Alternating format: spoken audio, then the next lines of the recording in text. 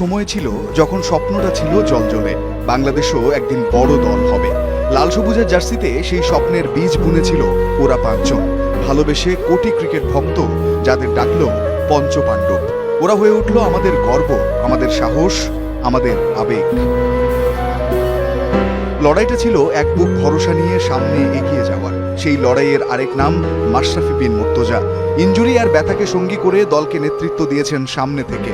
নতুন সাহসী যুগের সূচনা করেছেন বাংলাদেশের ক্রিকেটে। শিখিয়ে গেছেন হারার আগে হেরে না যাওয়ার মন্ত্র।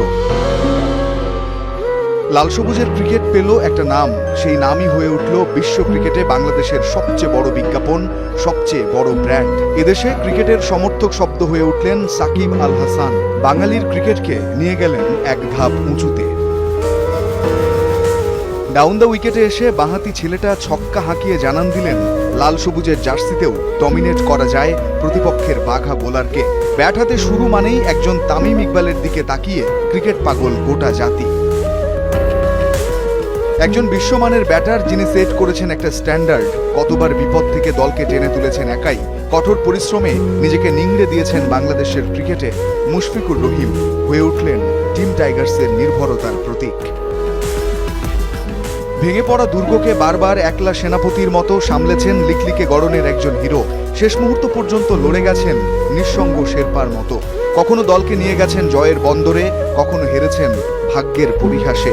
তবুও লাল সবুজের আনসাং হিরো ওই মাহমুদুল্লাহ রিয়াদ, যাদের হাত ধরে আমরা প্রথম পৌঁছেছি বিশ্বকাপ কোয়ার্টার ফাইনালে, খেলেছি প্রথম চ্যাম্পিয়ন্স ট্রফির সেমিফাইনাল, লাল সবুজের পতাকা উড়েছে এশিয়া কাপের ফাইনালে। ওরা এখন অতীতের গল্পে বিলুপ্ত প্রায়। আফসোস শুধু বড় হয়ে শৈশবের নায়ক মাশরাফি, সাকিব, তামিম, মুশফিক কিংবা মাহমুদুল্লাহর মতো হতে চাওয়া ছেলেটা কি ফেসবুক পোস্টে এমন ফ্যাকাশে মলিন বিদায়ের স্বপ্ন দেখেছিল, নাকি 22 গজের নায়ক হওয়ার গল্পটা শুধুই একটা মিথ?